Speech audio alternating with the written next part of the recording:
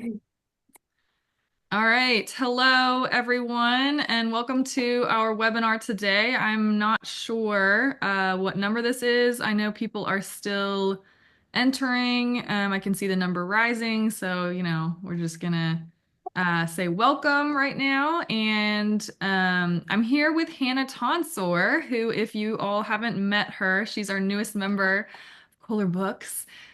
She's an editor by day and a marketing guru by night. Just kidding, also by day. Um, and her and one of our designers, who's also on the marketing team, have been putting together a marketing packet with lots of information we hope to get out soon. So we might discuss a little bit about that with you today. But mostly what we're going to be doing is talking to our lovely guest, Meryl Moss, here, who you all can see. Let me see. It looks like people are still coming in, but that's okay. I'm gonna go ahead and introduce Meryl. So we're very, very excited about having Meryl Moss with us today. She has 32 years, is that the right? 32 years of experience in the industry. She is the founder of Meryl Moss Media Group and BookTrib, which multiple of our authors have worked with. And so she, like I said, has lots of experience promoting and branding authors. We're going to talk about what that means to have a brand as an author. You think, oh, I wrote this book, I want to get it out there. And then suddenly you need a brand. What does that mean? Um, we're getting media exposure, going with speaking engagements, social media, creative marketing, all of that. She works with a lot of first-time authors. She knows that a lot of our authors are emerging or indie authors. So we're going to talk a little bit, about the range of what you can do if you do have a marketing budget.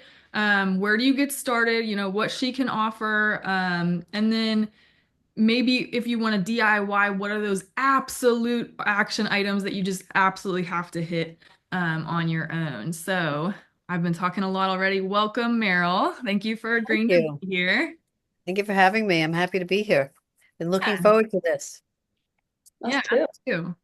too. Okay, so just to kick things off, because you have so many years of experience in the industry, can you just talk a little bit about, we have had some authors come to us that had books published decades ago, and they have a certain concept of what it looks like to market a book. So can you talk about what the industry was like back in the day and then how it's evolved? Great question. Well, back in the day, for one thing, it was a lot less crowded, right? It was a lot less crowded.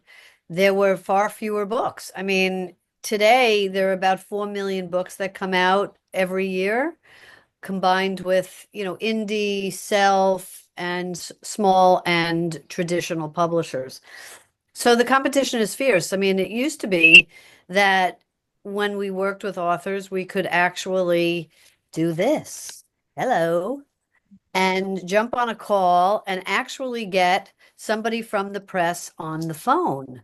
Well, that no longer happens because why do you think? Because the answer is because there are so many people sort of trying to go through their own channels, not using professionals, which I'm not saying is a bad thing. I'm just saying that they are trying to get through to these producers and writers and editors at all different publications, and they no longer can handle the amount of contact coming in.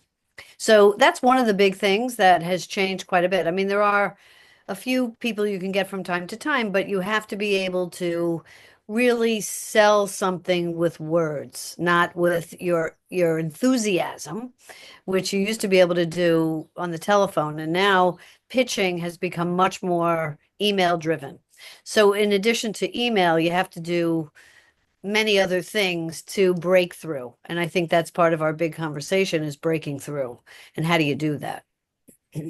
Yeah, working on your pitch, even if it's for podcasts, which is just a new media that didn't exist back in the day. Even that now is even a saturated market. And just to send somebody a pitch for being on their podcast, you got to know what hook to use, the concise language, or like you said, hire a professional who probably has the contacts themselves and can send it out to their list. Um, It is, Danielle. This is a business like every other business. And mhm. there are specialists, right? In all the areas.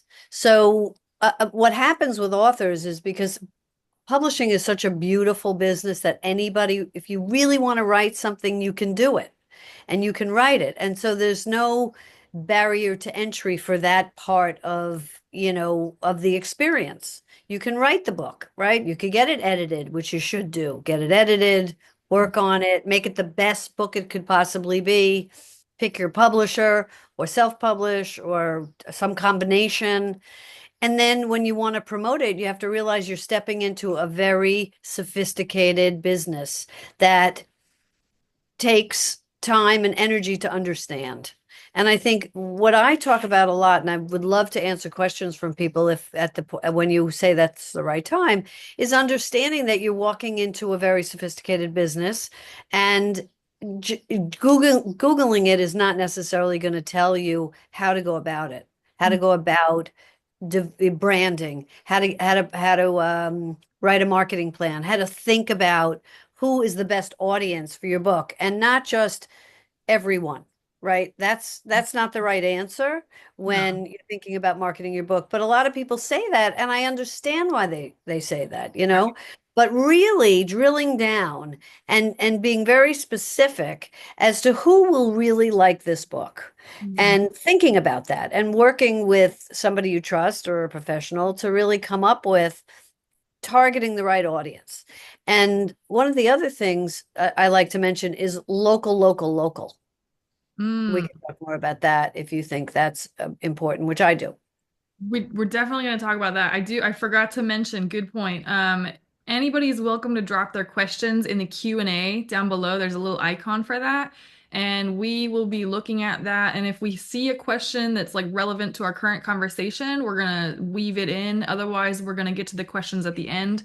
So definitely drop your questions in there. And you hit on something that I want to talk about, which is um, who's your target audience? And that is so important. You know, me as a designer, we give out these author questionnaires and we ask them to put other book covers on there that they like. And sometimes they're very dispersed and it almost feels like the author themselves doesn't quite know the identity of the book, or they don't know exactly what genre to place it in or who their specific audience is. Like I have an example of somebody who we weren't sure, is this a dark romance? Is it more of a thriller? Um, and that's an important thing for a book cover because you say don't judge a book by its cover, but people do. And as a designer, we say go for it, judge it by its cover. So that question of who is your audience starts way before you're out there, with the pre-order link and you're actually telling people to buy your book. It needs to start earlier. So on that end, when should somebody think, if they are thinking about hiring somebody to put together a plan, when should they do that? When does that begin? Well, I like to think that as soon as an author, you can start before this, but as soon as they have a pub date, Mm, right, is usually some months ahead, right? Maybe 6 months, maybe even more.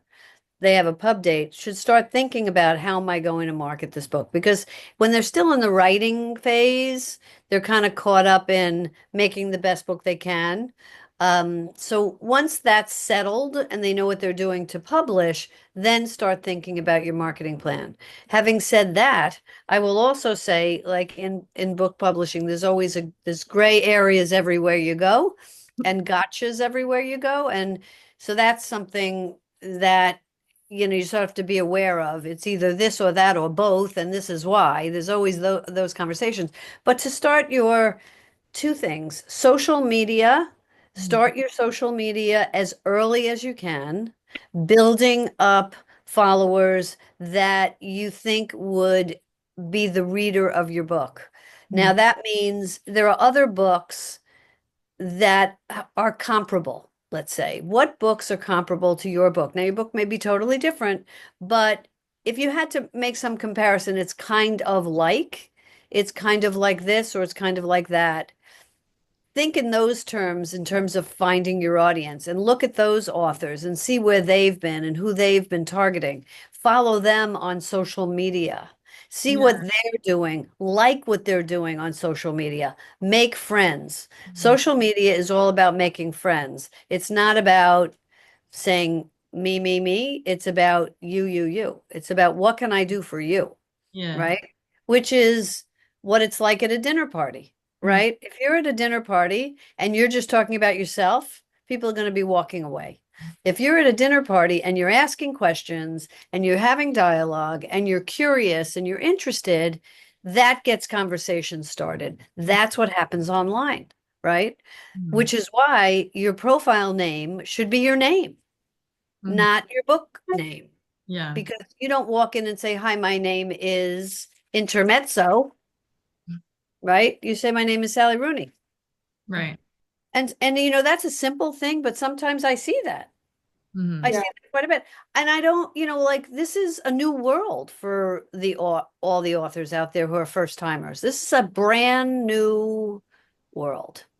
And it's just stepping into a brand new world requires a lot of conversations Mhm. and talking to other authors, going to author events, going to the library, watching how authors are presenting, ask questions, live the writer's life, I like to call it.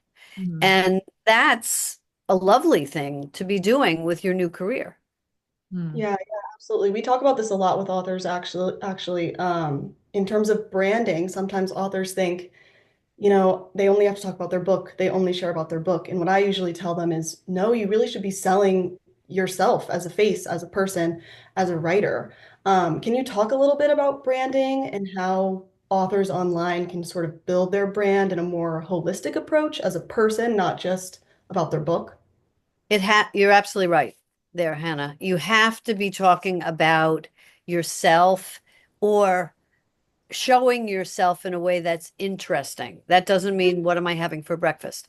That means what am I doing that's interesting? What are my likes?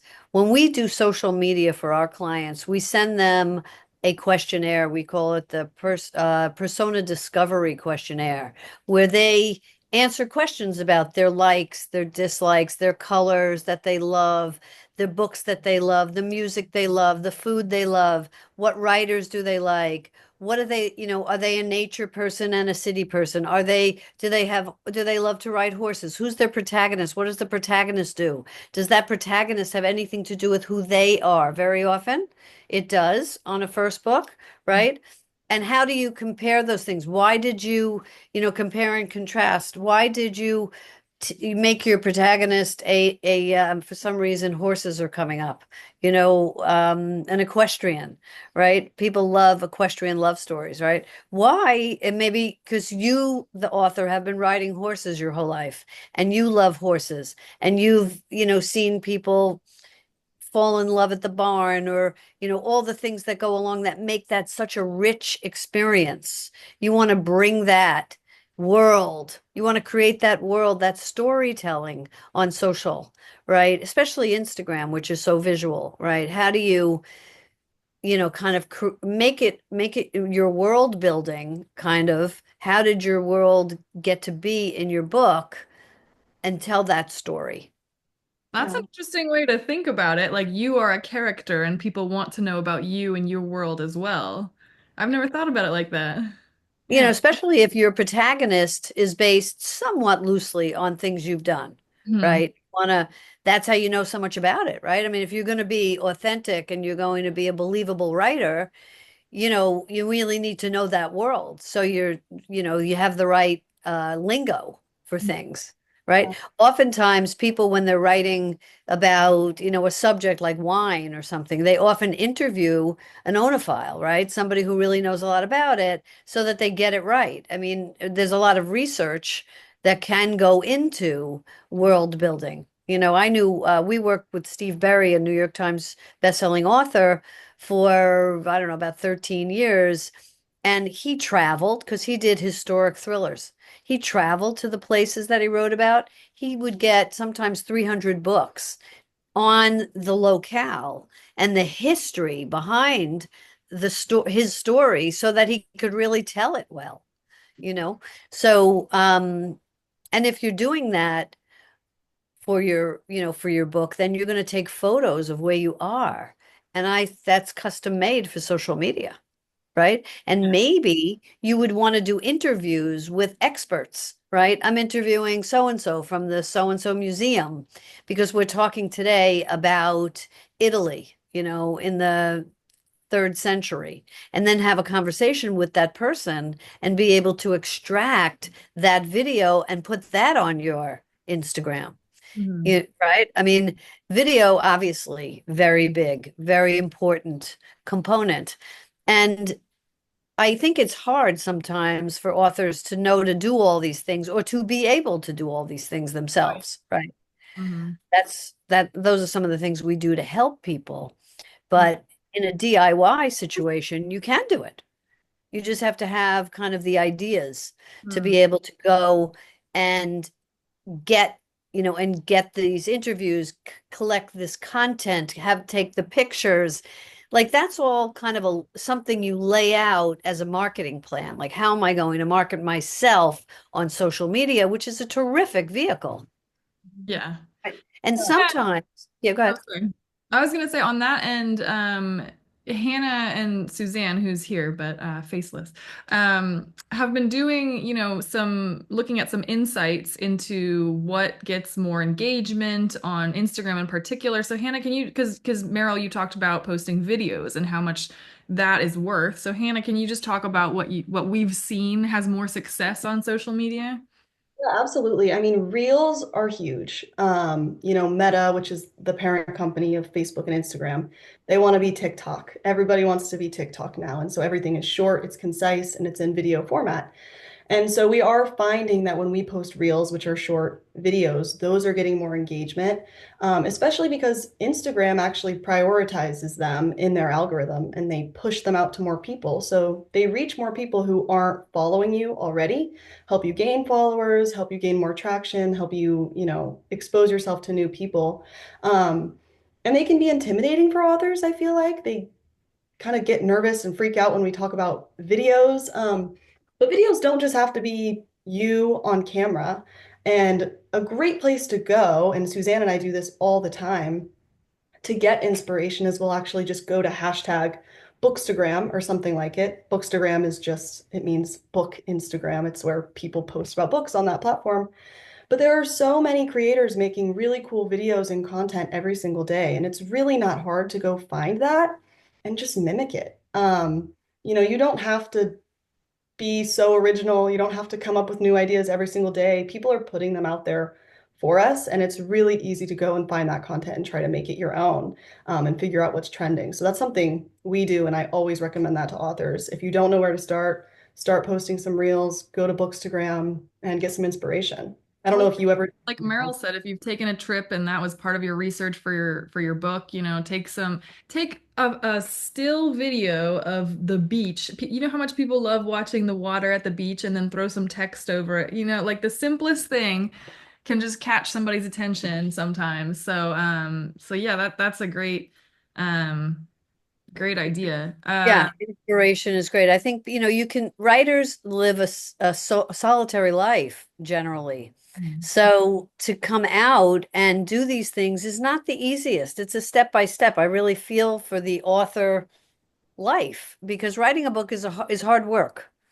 And when you're done with that, when you realize that you have now this other job to do, helping to promote it, it can be very overwhelming. And that's why these webinars are so great. So thank you for doing it. I mean, we also are going to do some webinars for authors also because we talk about this all day long. It's what we live, eat, and breathe. We love it, you know. And I think we could help just by having conversations and the dialogue that'll come in with the questions will show, where people are struggling or where they need the inspiration. But I think watching other people is a great tip.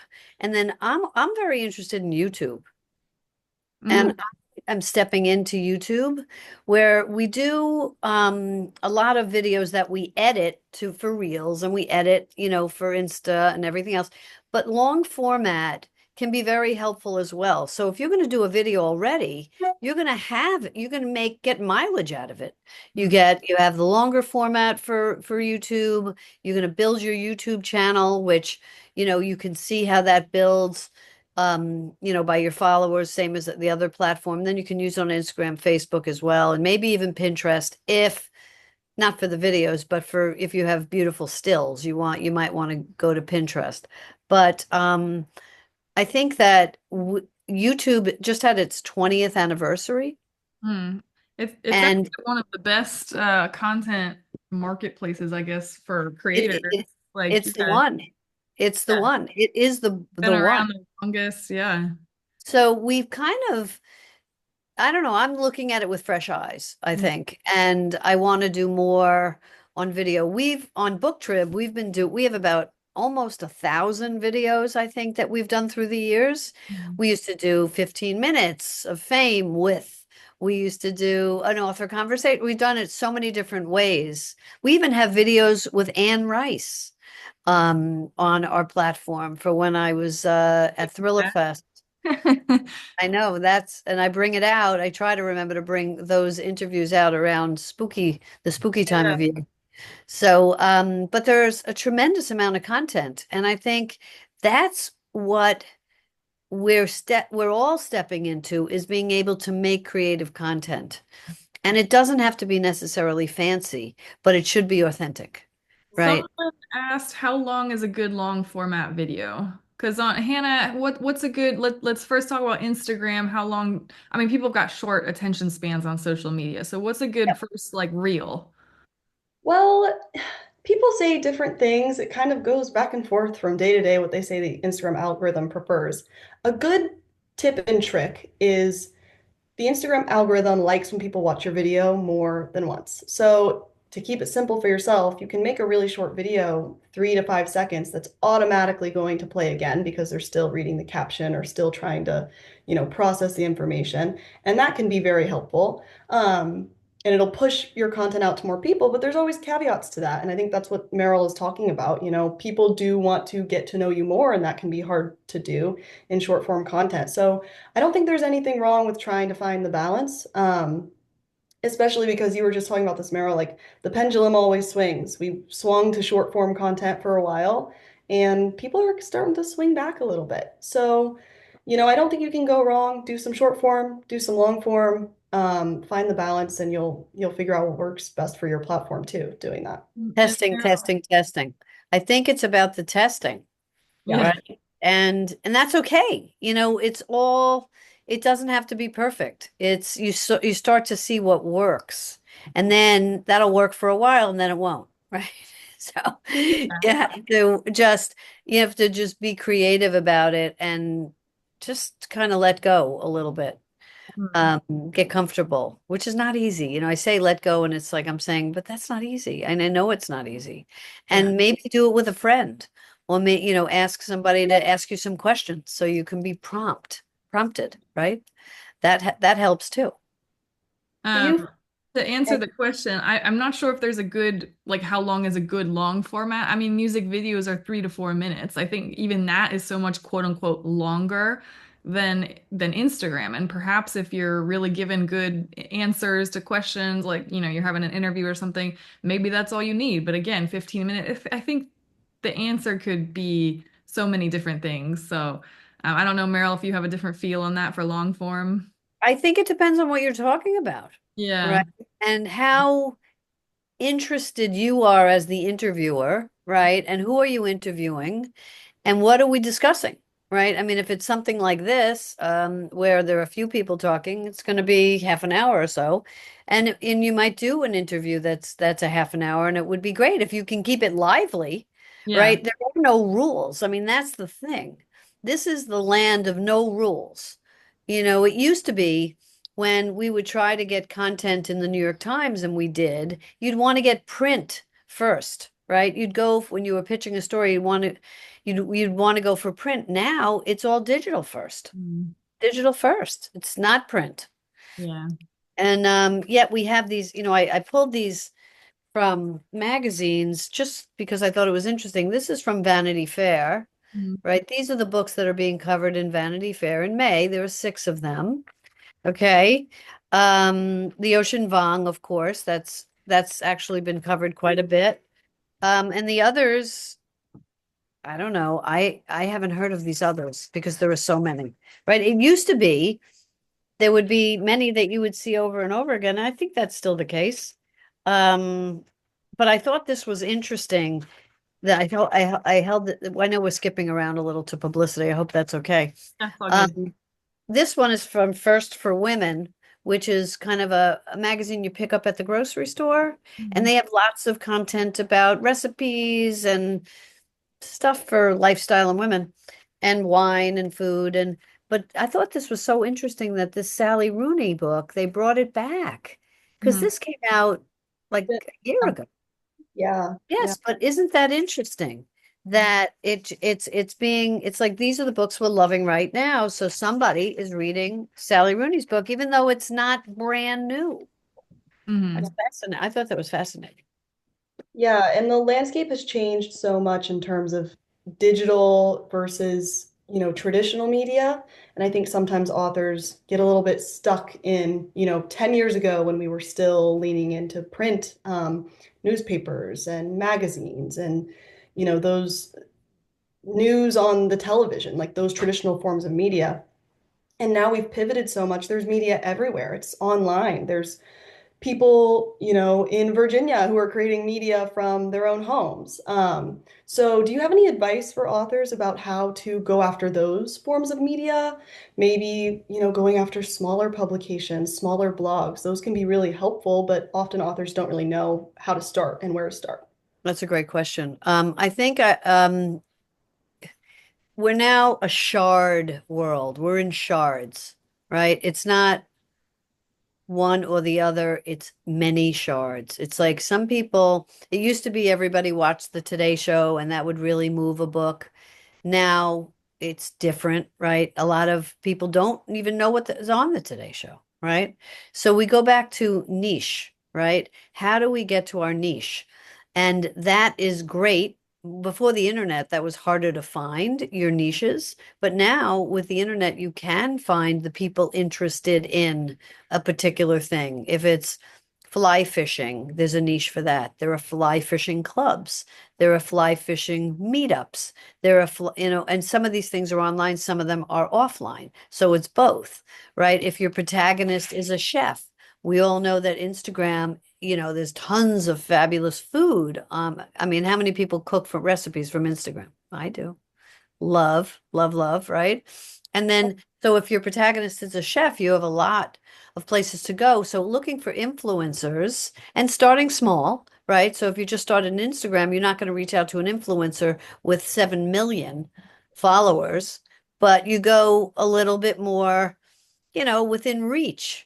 Somebody that you're following, that you like their content and you want them to like your content, but be realistic in terms of where you're reaching. And yes, local is important. That's where we started actually going back to, is there a local blog where they cover what's going on in your town, right? Is there a local paper and is there a blog affiliated with that paper? And are there podcasts affiliated with your local town? There could be, right? There could be, maybe there's a radio, maybe it's small, but that's fine. You have to take stepping stones. And the other thing that's very important is, and this goes in and out of vogue talking about it, but I think it's a staple, is building your own mailing list. Oh, Mm. 100%. I used to build author websites before I came on board with Color Books full time. That's pretty much what I did more than anything else, and I would tell people that because all social media is so you never know how many you could have 2,000 followers and 50 of them could be seeing your content just because of the way the algorithm works. Whereas if you have 2,000 people on your newsletter, at least you know it's hitting their inbox. They're not necessarily all opening it. But it's not like somebody is kind of keeping it from them, which is how social media feels a lot. So I tell that to them all the time. There's a really good free one called MailChimp. Yes, like the monkey, free up to a certain amount that people and also I tell people before you've got the pre-order link, which is your big call to action because it's they can actually order it. You need to have the newsletter because if you're doing any sort of marketing and people go to your website or go to your social media and they don't have anything to do, they're gonna leave. They're gonna say, that book sounds really interesting. And then they're gonna leave and they're gonna forget about you. So if you have a newsletter and you got something catchy to get them to sign up, sign up, like you said, if your character's a chef, sign up and get my five, I don't know, Yes. cocktail recipes or whatever it Yes, is. absolutely. I love Um, that. Yep. then you're gonna get them on your email list, and then boom, once you have that pre-order link, you send out an email blast. Any events you do, you send out an email blast. So yes, 100% agree. I always tell people they need a newsletter. You don't have to call it a newsletter. Some people call it email lists, or you can come up with some creative name for it, but definitely. And Uh, they can't take it away from you. Remember back in the day when MySpace was a big thing and everybody invested all this time in MySpace and MySpace went away and those names went with MySpace. They didn't have their own names. So building a newsletter list is like building a street team. And mhm, then you keep adding to it. And they could be your database of friends and family. Start there. mhm, Right? They're going to know, want to know what you have to say. They're going to want to pre-order your book. They're going to want to write a review for your book online, Amazon or otherwise, right? They're going to want to do that for you. So build that, inspire that, and start telling people, tell your dry cleaner, tell your local restaurant, tell your gym, the people at the gym, tell this. And, sometimes authors are, not the most outgoing mhm. because it's the nature of the personality. So you have to sort of maybe make a postcard for your book, maybe have a QR code Mark. on, on the back or a bookmark, right? Did you just say bookmark? Yeah. Yep. Or maybe like maybe something memorable. These are all things that make it a little bit easier as an author to remind people that you have something going on that you want them to know. Mhm. Yeah. Have you Just had authors use Substack? I have. It's a really cool platform. It's like a newsletter. It shows up in people's inboxes, but it's like a blog format. So it's great for writers. If you're interested in writing, some shorter form content in a blog form that maybe is going on your website, it's a great way to push that out via email too. So it's a cool platform for writers. It is. And you can get mileage because if you're writing something on Substack, that could also be your newsletter from your website.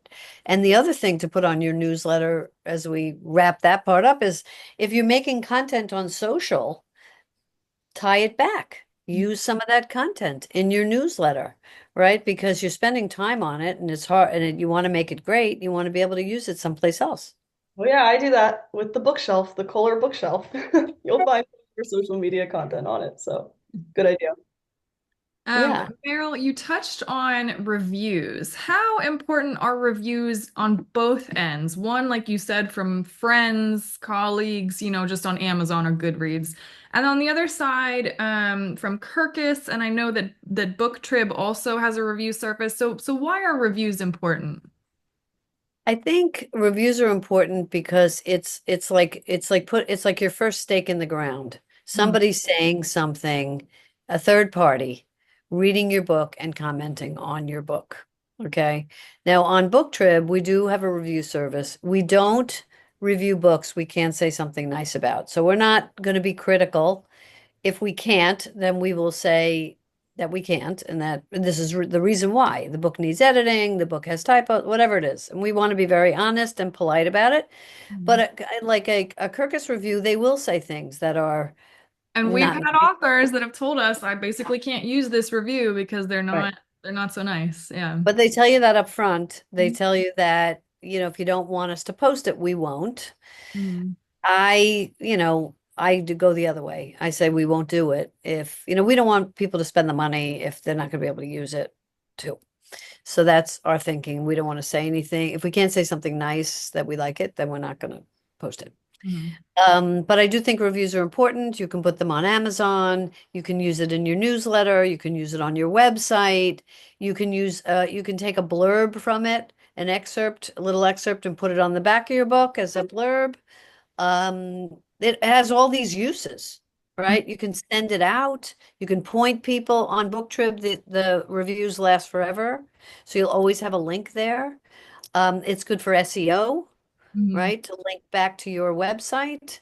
Um, So those are, it becomes a tool that you can use to send out to people and let people know. Because it's not you saying it about yourself, it's someone else saying it about you. That's Yeah. why they're important. And it's important to have the numbers, between 50 plus on Amazon if you can get 50 reviews from pub day on, Mhm. right, as soon as possible. That's very good too. Yeah, I think Yeah. some people Go for it. forget that reviews aren't just, formal reviews from book reviewers. The reviews you get from the everyday reader reading your book, those are important too. So have Very meaningful. Very. a Goodreads set up, encouraging people to leave reviews on Amazon, that can be really beneficial as well. So don't just contain yourself to paid reviews or, traditional media reviews. And Yeah. also, you brought up Goodreads, claim your page. Oh my Yes. gosh, People yes. forget to claim their page, which is an important thing to do. Your author page, yes. That you can literally Google how do I get my author profile on Goodreads, and there's a page for how to do that. That is so important. We have moved to NetGalley. All of our books are on NetGalley for 6 to 8 weeks, and we're trying to explain to our authors how important it is they make a Goodreads account because every NetGalley review, the point of that review is for that reviewer, and they know this, to disperse them across different platforms, and Goodreads is one of the biggest. So That's um, right. we've seen lots of books where they're eventually going to auto-populate from Amazon since it's connected to Goodreads. But when that happens, a lot of times it doesn't have the cover right away. Whereas if you make your author profile, you can go ahead and put in the cover, you can put in everything you want. And you can, have your list of followers and everything. So yes, please make your Goodreads author account. And Definitely. Goodreads is also a good place if you want to do some giveaways where ebook giveaways or print book giveaways. You can make that choice based on your budget, but it's a really good way to get in front of readers Mhm. also. Yes. Okay, we do have some questions that I want to get to, but I want to ask a couple questions before we do that. One, and this is a two-parter. All right, let's say that somebody does have a marketing budget and they want to come to you, but they don't know where to start. So where the average person, what do you say? Hey, I recommend start with these things. And then on the flip side, let's say that somebody wants to DIY things. What are the top three things that you would say, hey, you absolutely need to do this like on your own? So start with like, if somebody has a marketing budget, what you would recommend for them. Right. So, complicated question, but I that's the know, I way know. it There's so many assets to marketing. I think sometimes that authors don't know if they do have money, they don't know where to spend it, and sometimes they can misspend it. I don't know if that's a word. they can misspend. Misspend a word. Resident editor. Um, so that's why I asked that question because I think it can feel really overwhelming, even if you have the money. Well, I think first of all, as a new author that has a book coming out, start thinking about it 6 months in advance of the book coming out. Mhm. That start there. Okay. You might not do a 6 month campaign, but at least know that that's the right time to be thinking about the marketing for your book. Not everybody knows to think about it in advance. Very often I'll get people who said, "Oh, my book is coming out tomorrow." Okay. Well, we can help you Mm. in a certain way, but at least start doing your own investigation. Know, get, do some of the things we talked about, talk to other authors, see what they're doing, look, watch, follow your authors, see what they're doing, see what a book tour looks like, and figure out kind of what your budget is. A lot of people have not bought these services before, so they don't know what their budget is. But go in, it's helpful to have some idea of where your comfort level is, Mhm. right? When you go buy a car, you know which showroom you're going to. You have a sense of it, right? You're not going to go to the Aston Martin dealership. If you're really thinking about a Toyota or a Honda, those are fine, but know, okay, what am I thinking about for this budget? Where is it, right? Whatever it is, we can help because we have a lot of different services that we offer and a lot of experience that we have that goes into coming up with the programs we have. So it's across the line. If you're doing a traditional PR campaign that might, which I recommend as a to lay down a platform, Mm-hmm. right? Because what a traditional PR campaign does is it gets you third-party endorsements. Mm-hmm. And third-party endorsements are the start of building your platform, right? Somebody else saying something nice about your book that you can link to, that you can clip out, that you can show somebody else, right? So those kinds of campaigns that would include online coverage where you would have a link, right? Like we had a client of ours recently, we got her into the Daily Mail, the UK, and it gets 61 million views. Mm-hmm. I mean, that's like huge, right? So you want to start early and go if you want to do that kind of campaign, which if you can, I recommend it Mm-hmm. because you'll do some radio, you'll do some potentially television, you'll be online, you might have a speaking engagement, a book signing, you'll do some influencer outreach, certainly a Bookstagrammer campaign. All of these elements would be part of a what I'll call a platform building campaign. Mm-hmm. Now, not everybody can do that. Not everybody would think in terms of that. But what you can then we have our programs that are on BookTrib, which are there's a little something for everyone. Prices start at like $700 or something like that.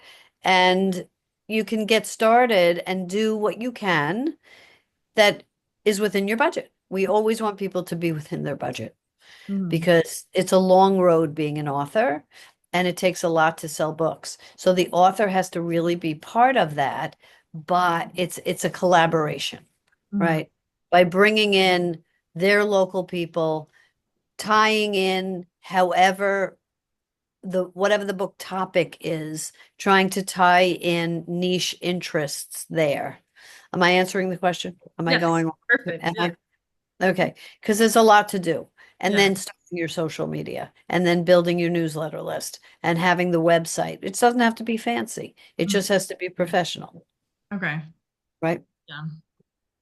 Got it. Be- Before an author comes to you, is it helpful that they have certain things established already? Like, do you always recommend that they come to you with their website done, with their Instagram laid out? Like, are there any action items before they consider PR that they should do first? It's a great question. It's not necessary. I can help them through every step of the way, starting with, and we've done this many times. We're doing it now. Starting profiles on social media and watching the videos go viral, which is very exciting. Um, and creating websites and creating newsletters. We do it all. We can do it all for you.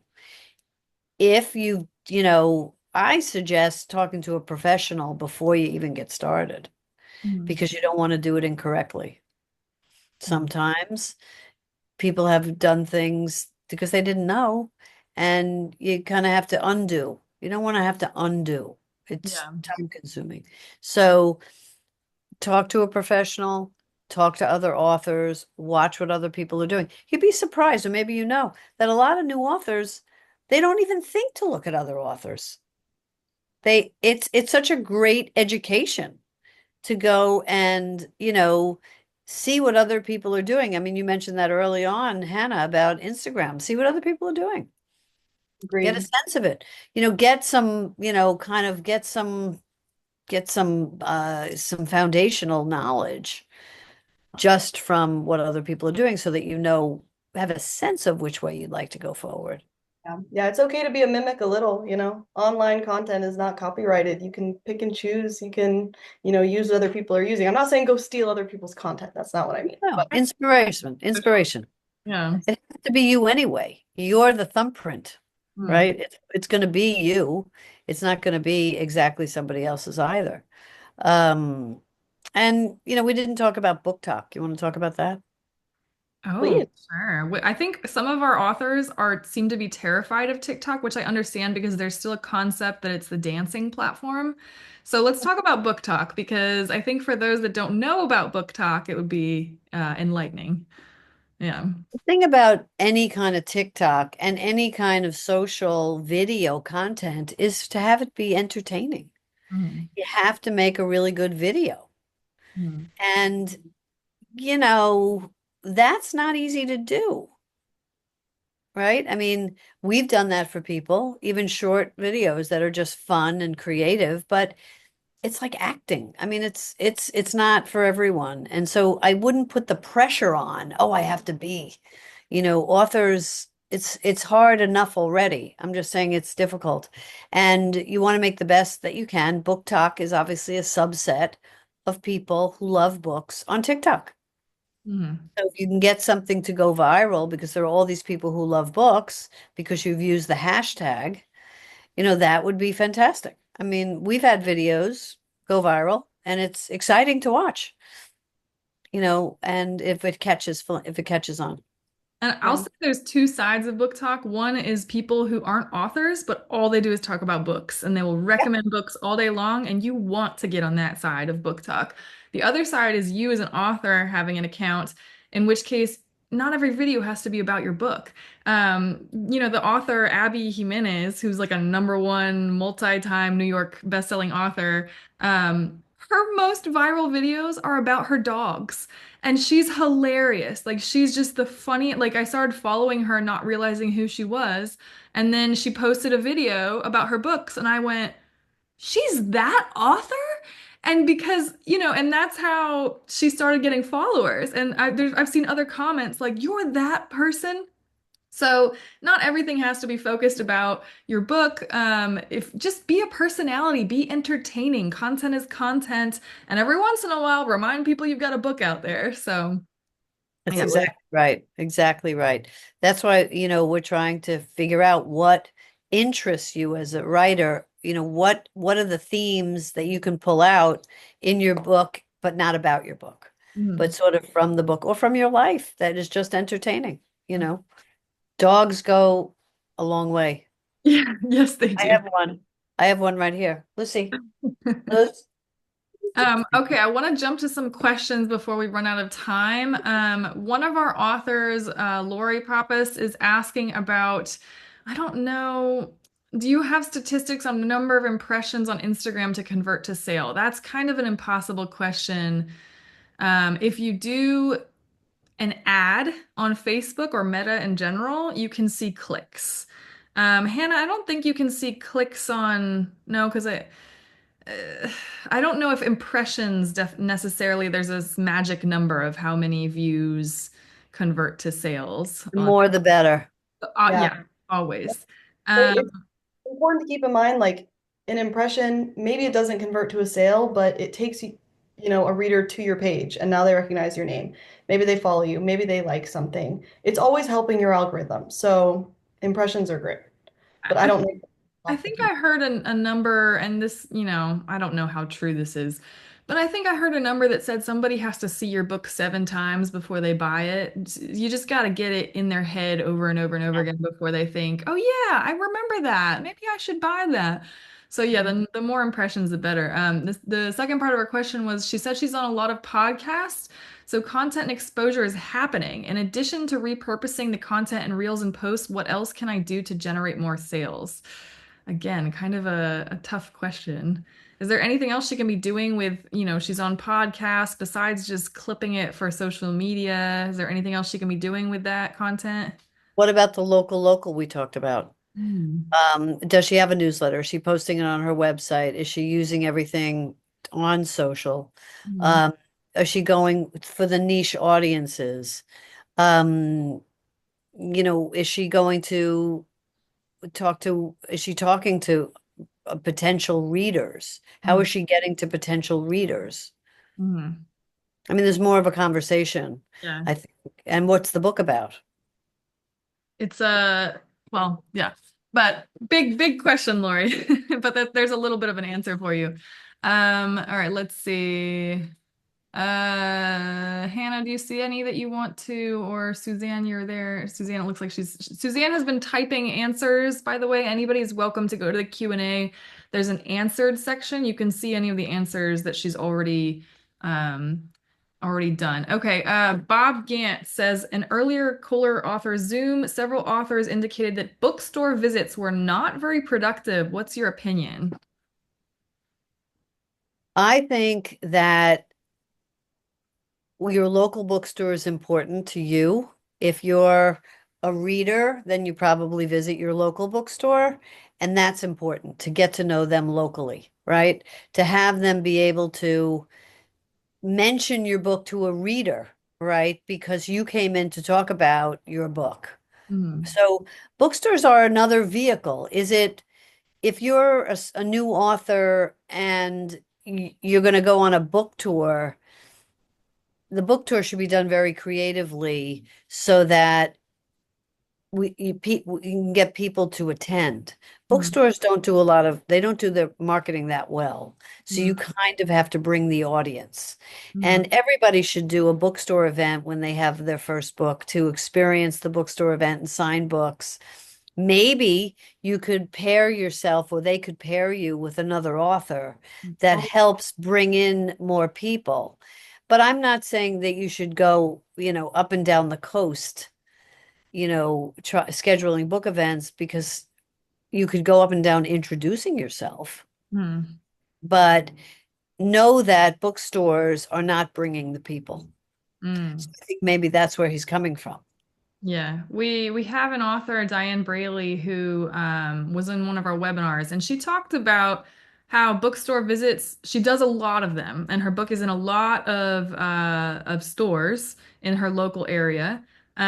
She said, it's not great for sales, but it is great for content. She goes and she gets photos, and she, like you said, just having the local context. And I do think that there is more happening behind the scenes than just the people that are buying your book at that event. Somebody might go take your book and they might post it themselves on social media, or they might tell a friend. So I wouldn't necessarily get discouraged if, you only sell 10 books at an event, or there's so many posts online of an author saying only 3 people showed up, and then that post ends up going viral. But so, I think that's what Diane said about her experience. She still does it, but I don't think she necessarily makes a large amount of sales from each visit. I think it's for other reasons. Well, that's the thing. I think that authors in the beginning have to realize that not everything is about the ROI. Hmm. And that's a hard pill to swallow, It right? is. It really is. It's like anything else. It's like any brand that you see now. They spent a lot of time getting there. Mm. It's just the way it is. I mean, I could remember when I worked with Rebecca Wells, who wrote The Divine Secrets of the Yaya Sisterhood. I don't know if you remember that book, but we went to a book signing. That book became a major bestseller and a movie. But when we went to a book signings the first year that came out, 3 people came. Yeah. It's just the way it is. She kept at it. Hmm. You have to keep at it. You just don't know where that secret's going to be. Yep. I have kind of an interesting question here, and I'll reframe it a little bit for you. Miguel says, desperation tends to breed miracles. Are there any publicity stunts that you feel would be acceptable? I think what he's kind of asking, like, do you have Well, any marketing maybe. of people really putting themselves out there in a unique way that paid off for them? Like, I know our head editor, Becky, has a couple really fun ones, so I'm Oh yeah. curious. I had a client once who dressed up like his dog, Mhm. or he dressed his dog up. They dressed alike. Okay. So that got a lot of attention. Okay. And his book was about that too, right? So it was about his relationship with his dog, and his dog had a very human face, eyebrows and everything. And so they would dress up, and we got him a lot of television. Now, he went into great detail getting these costumes. So it's a little tough to sort of, I can just say that happened with that fellow. That was a good mark. He was very creative that way. So that was a good one. Cool. We have a couple people asking about building their contact list instead of like cold emailing. I mean, do you have like, if somebody, obviously, if you hire a PR firm, they're going to have those contacts already. But for somebody who just wants to do it themselves, do you have any tips for how to find these contacts themselves? Is there a, Well, contacts for what? To build a mailing list? um, building, What's the best way Is to that a build a media? contact list? There were two. Let me see. They're Um, talking about the press, I think. I think they're talking about the press. Oh, yeah. If we're doing our own pitching, just finding contact emails to pitch to print and online media editors, writers, yeah, hot podcast hosts. Yeah, they're talking about pitching to the media. Google was your friend. Yeah. Google and LinkedIn, I mean, they're, we have very expensive software plus a database of our own contacts of 50,000 contacts, but that takes years to develop Mhm. and, it can be expensive. Um, but if you look hard enough, you can find contacts. It's hard. Yeah. Um, And pick contacts that are, reachable. I mean, be as specific as you can. Like for instance, if there's a magazine don't go to the editor in chief. That's probably the wrong person to go to. okay. Where did this go? I think Suzanne, did you just move it? I saw an interesting question and it just disappeared, but I remember it. It's from one of our upcoming authors. Did you answer it, Suzanne? Where did it go? Lorenzo Sierra asked, his book is coming out in Hispanic Heritage Month, and he said, would it be too cliche to pull the race card? Because, he's part of that community. How does that play into it? Definitely, Yeah. definitely. Gosh, I had I posted know it. there's Latina and there's probably Latino. I don't know what the book is about, but it's depends on what the book is It about. has some elements of that. Yeah, it's got a little bit of everything. Yeah, but Mhm. I would definitely use that as part of the mosaic of pitches, Yeah. right? That Anywhere could the identity can tie in, for sure. definitely. Yeah. Yeah. Book influencers love to have, they love to celebrate those months through what they promote and the books they promote.